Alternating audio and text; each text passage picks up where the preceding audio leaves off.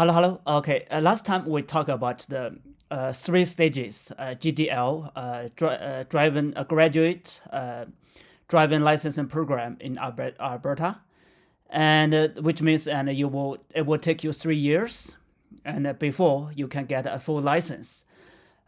Today, and we're going to talk about what if you already have a license and how to deal with your old license. And after that, we will talk about the knowledge test, the road test, and how get to know your driving license and take good care of your driving license. Okay, so this will help you to prepare your the knowledge test. Okay, let's begin. All right. So last time we talked about it took 3 years to get the full license, but that's not always the case when you already have your old license. Okay, so the first for the visitors or tourists, when you come to Alberta, and you can still drive with your old license. Sometimes you may need it translated. You can use it for up to 1 year. That's no problem. But for the newcomers, for the new residents, and you need to you need to submit your old license and apply the new license within 90 days, and after your landing at Alberta. And for the others, it's like those who are come from US, and I guess they will just they can still use their old license. And if you are from a country that has a exchange agreement signed between Alberta, then you can change your driving license, and you don't need to take all these tests, and you can just exchange. So as far as I know, there are 13 countries, and some from Europe. It's like the UK, Germany, France, Belgium, Dutchland, Austrian, Switzerland. So these from these countries from Europe, and you can exchange your driving license. From Asia, like Japan, Korea, and Taiwan, you can exchange your license. There are a couple of other countries, and I cannot remember. But of course, there is Australia, but is no New Zealand. And also there's another small country, and it's an island, of whatever. Okay, from these countries, and you can exchange your driving license. But for other countries, and with which they don't have an exchange agreement signed, then that's for most of the countries from Asia, like China, India, from the Middle East, and from Africa, and a lot of the Latin American countries, and also Mexico, right? Yeah. So for this, and if you already have a driving license, you can apply. You can apply for a new to get a new license. So after a successful apply, and you don't need to hold your class 7 driving license for 1 year. So which means, and you can just after apply, and you can just take the knowledge test. After you get the class 7, then you can submit your old license, and then after that you can take the road test, which is class 5. So you don't need to wait for 1 year. Okay, for the students, for all the students and the full-time students, you don't need to exchange your old driving license, and you can still keep your old driving license. Okay, and also I think that's basically how to deal with your old license. And the next, we're talking about the knowledge test. The knowledge test, which is we call the class 7 test. That is done on computer, and it's of 30 questions, multiple choice questions. As long as you can answer the 25 questions correct, and you can pass. So the test is done in 25 languages, so which covers most of the languages worldwide. So you can choose your own language, but this you need to confirm with the registration agent when you apply. Okay, so that's the knowledge test. The knowledge test basically it covers all you need to know about safe driving, about the laws, and about the traffic signs. Okay. So then after the knowledge test, and then there's a driving road test. The road test basically it focuses on how you can operate your vehicle, and the how to especially how to decide the right of road, and how to yield during the intersections or when you change lanes. Okay, so that's the basically it's a road test. The road test is about 30 minutes, and with like about 5 minutes, with an old road examiner set instructions, and then you drive for about another 15 minutes, and usually it's starting from the registration office, and then it's end up at the registration office. In the end, the examiner will give you a summary about which will decide if you will pass the road test. The examiners, they are designated by the government, they are trained by the government, they are licensed by the government, they are monitored by the government, and also they need to do the audit to keep their license. Okay, so that's about basically it's about the road test. And the road test will cover a lot of things actually, and driving, and also parking, like perpendicular parking, uphill parking, downhill parking, and parallel parking. Like your drive, your park, etc.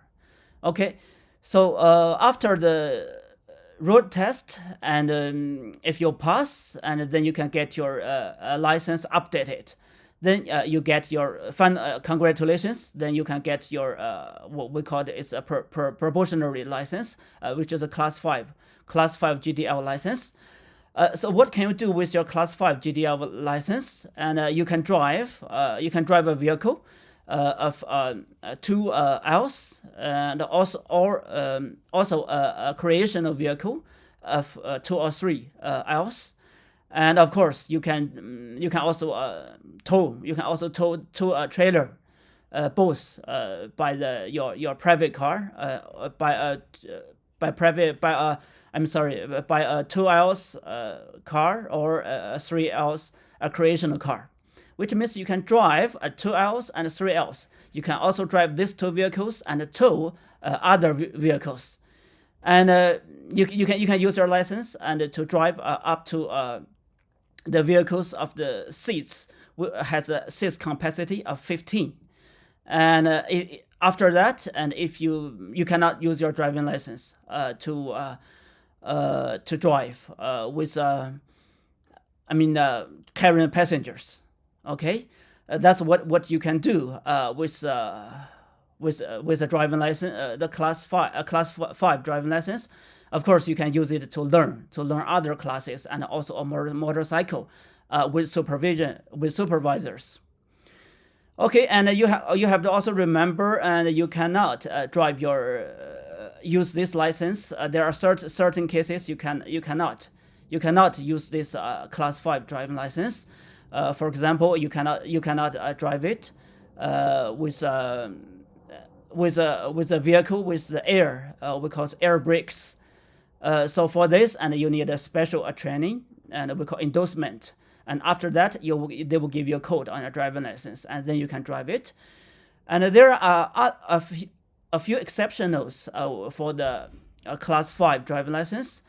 And of course, when you have a class 5, and you cannot use it to drive a vehicle for hiring, which will need a class 4 license. But there are some exceptions. It's like when you are doing this occasionally, or it's out of an incident, and or when you are offer help when you are driving, but also receiving compensation for your family members, for your household members, and when you are a parent or a guardian to another person. And when this is done, to compensate compensate you for your expenditure. For example, for the gas, for the toll gate fees, etc. Okay, so this is what you can do with your Class 5 GDL license, and what you cannot do with your Class 5 GDL license. And there the next step, let's see, and to get to know your license. When you get a license, there may be some codes, some letters on it, for example, and if there is a Q, so that means you already finished an air brake training endorsement. And if there's an S, that it stands for school bus, and there's a V that stands for extra long vehicles. If there's a U, and it stands for a complete driver. And there are also other codes like an A, mostly for me, for example, if I need to wear glasses to drive, and then there is the number A, and there's B, C, D, E, F, etc. It stands for different meaning, so which you can look up when you are reading the driver book. Okay, so this is some special codes on your driving license, and also after you get the driving license, and you need to take good care of it, and you need to renew it before it expired, and you will also need to replace it when it's lost or get stolen or it's destroyed or it's unreadable. But if the driving license is stolen, and you need to report to the place first with the proof from the place, and you can replace another one. So you need to keep your driving license, the information there, always update and accurate. That's required by law. Okay, so I think that's oh yeah, there are some meditations. For example, and you can have the driving license. You can drive before you're 75 years old.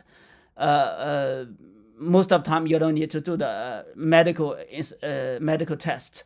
But after that, and you need to do the medical test. You may also need to do a road test upon the situation at that time. And for this is for Class 5. And if there's a Class 1, 2, 3, 4, and you need to do medical test like 5 times before you are 45 years old. Then when you're between 45 to 65, you need to do it 2 times per 2 years. You need to do it in every 2 years, and after 65 years old, and you need to do it once per year for the medical test to have your license renewed.